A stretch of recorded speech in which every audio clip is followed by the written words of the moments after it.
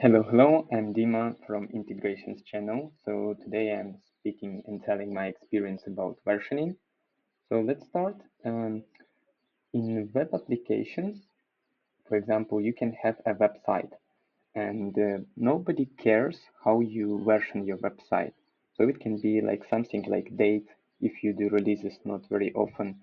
It can be alphanumeric value or just numbers, or let's say how in Mac OS they specify a title like Sonoma, Ventura, Monterey, and the version. And they do releases very periodically, so once a year or so. So uh, it's still useful to have version somewhere in your website because let's say if some users will face issues and you monitor, track it, you will be see, let's say maybe they used an old version or it was cached in their browsers, that's why they faced an issue. So it still gives you some information and yeah, basically you can debug and it's useful. But when we are speaking about cases when developers relying on your like software or your like npm package, plugin or your library, versions are really must have. So first of all, about versions, usually people use semantic versioning. Here is the website, so you can see and read. It's very recommended and widely used. So the basic idea is that the version is divided into three numbers. So the first one is like a major, second is minor, and third is patch. So for example, if you fix something or you change some minor thing, some improvement, you can adjust this version. Let's say it will be like this. Then when you ship a new feature, new functionality, new logic, usually you can increase this digit like this. And it means that if anyone is using your package, nothing will break for them. But if something in the API or like parameters changed or renamed, it's triggered like a breaking change. So this version should be updated. So for example, once we go to version 2, yeah, you can start from zeros for the rest. So yeah, it's as I mentioned, major, minor patch or like breaking change, feature and fix or like small improvement. So that's basically it about versioning. So very important to use conventional commits. So yeah, I've opened it twice. So basically, when you do use like something like Git or version control system, uh, it's good to add a comments to your code in commits and prefix them, for example, what you have done, like new feature. So, or it is like a fix. Maybe you can specify like if it is a breaking change. So, and this is example. You can read more details. You can add scope. You can add body and like a footer and so on.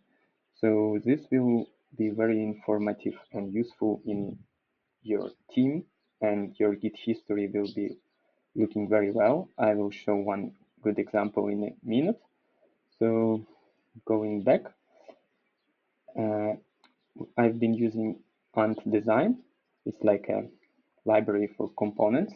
If you will go to their change log, you can see how perfect it is.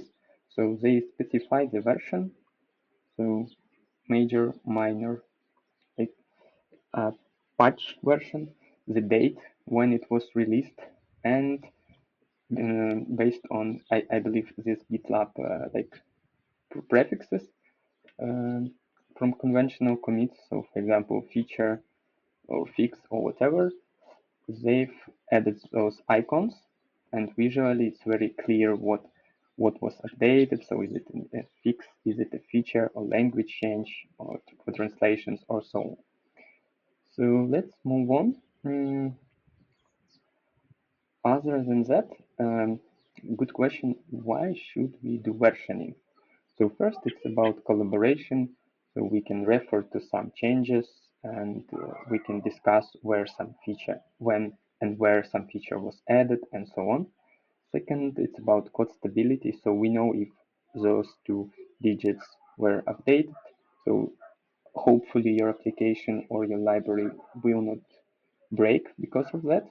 But it's also based on the trust for developers because sometimes, for example, in my experience, there was a WooCommerce change of this like minor version, but it still broke my website because of some like collisions with other plugins or so. So we should trust developers. Also informative. It means that the changelog that I showed you for M design shows exactly what was changed in which version, how it was like added, and some additional information in the commit message.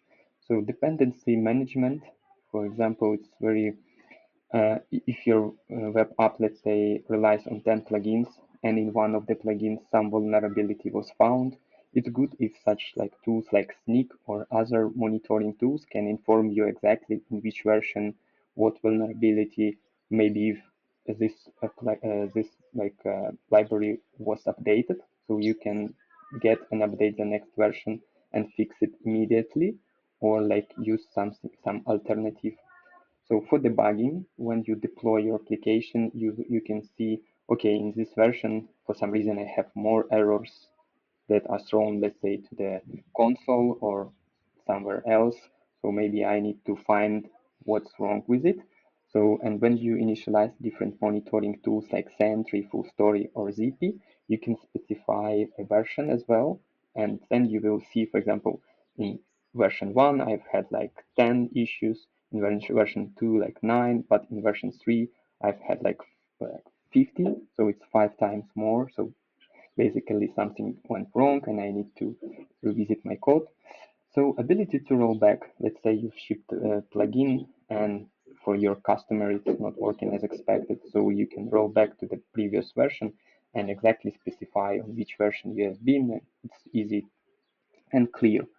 And also monitoring, it's partially same as debugging. For example, you can check different spikes of like problems, issues, and a very good example might be like when some issue was reported by a client and you have a video like a Hotjar or full story and you can, or ZP, and you can go and check, oh yes, this customer is still using like an old version of your software. That's why the issue occurred and so on.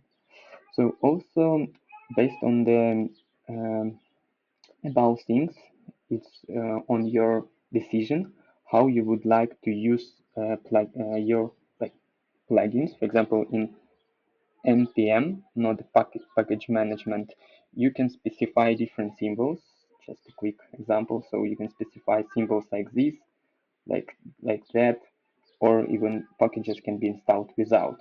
So I took it from ChatGPT. So the basic idea is, for example, if you have this like caret symbol, it means that you when your packages will be installed, the latest uh, number can be updated to the latest version. So it means that patch version, if you have shipped new one, will be installed the latest. It should not break anything. So for tilde symbol, it means that I'm okay if even some new feature was added, like minor version was adjusted, I'm fine to install it. So if the exact version, it means I don't want any surprises. Like like in this case, I know this version works for me, even if you have shipped a new version, please don't install only this exact version, and so on. So you can also specify like this symbol wildcard for all, like any version. I haven't seen anyone used it, but also you can specify a range of versions. Like, okay, I'm interested everything before this version because after it will break my app or so. So that's basically it. If I've missed something important, please let me know in the comments and see you soon.